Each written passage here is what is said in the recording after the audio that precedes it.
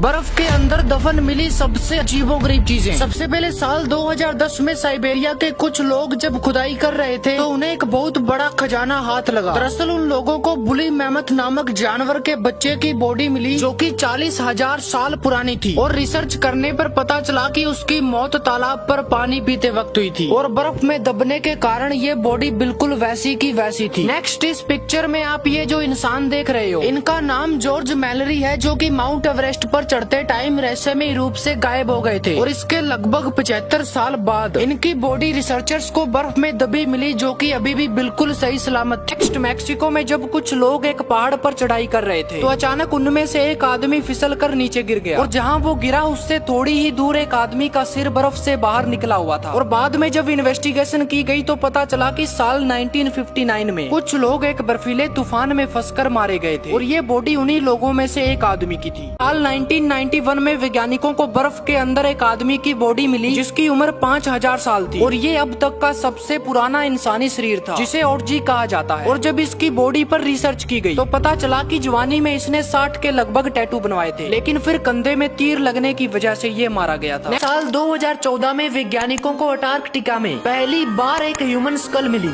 लेकिन ये स्कल कुछ ज्यादा ही अजीब थी क्योंकि इसका स्ट्रक्चर बिल्कुल एक एलियन के सिर जैसा था। बाद में एक रिसर्च में पता चला कि एंशिएंट टाइम के कुछ रिचुअल्स की वजह से उनकी खोपड़ी ऐसी हो गई थी। लेकिन मेरे दोस्त, ऐसे रिचुअल्स तो सिर्फ एंशिएंट इजिप्ट में होते थे, तो क्या इसका मतलब ये है कि इजिप्ट के लोग पहले अंटार्कटिका में रहते हो और बाद में वो क्लाइमेट चेंज की वजह से अफ्रीका में आ गए? साल 1999 में वैज्ञानिकों को बर्फ के नीचे 3 ममीफाइड बॉडीज मिली जो कि इंका सिविलाइजेशन के बच्चों की थी जिनकी किसी जमाने में बलि दी गई थी। दरअसल जब इन पर रिसर्च की गई तो पता चला कि इन बच्चों को जिंदा दफनाने से 2 साल पहले इनकी खातिरदारी शुरू कर दी गई थी और सैक्रिफाइस करने वाले दिन इन तीनों को अच्छी तरह से सजाकर जिंदा ही दफना दिया गया था। इंडोनेशिया में जब कुछ लोग समंदर को एक्सप्लोर कर रहे थे तो उन्हें वहाँ एक पिंजरा दिखा जिसके अंदर बड़ी सी मछली को बांध के रखा गया था और ये मछली यहाँ कई सालों से बंधी हुई थी और इसके साथ ही पिंजरे में उस मछली के बच्चे को भी पूंछ से बांध कर रखा गया था। नेक्स्ट साल 1995 में जापान के समुद्रों में डाइवर्स को अजीब से डिजाइन वाले बड़े बड़े सर्कल्स मिले जिन्हें देखकर पहले तो साइंटिस्ट का दिमाग खराब हो गया और फिर रिसर्च की गई तो पता चला कि इन्हें तो मेल पवर फिश फीमेल्स को अट्रैक्ट करने के लिए बनाते हैं। औरत का चक्कर बाबू भैया, औरत का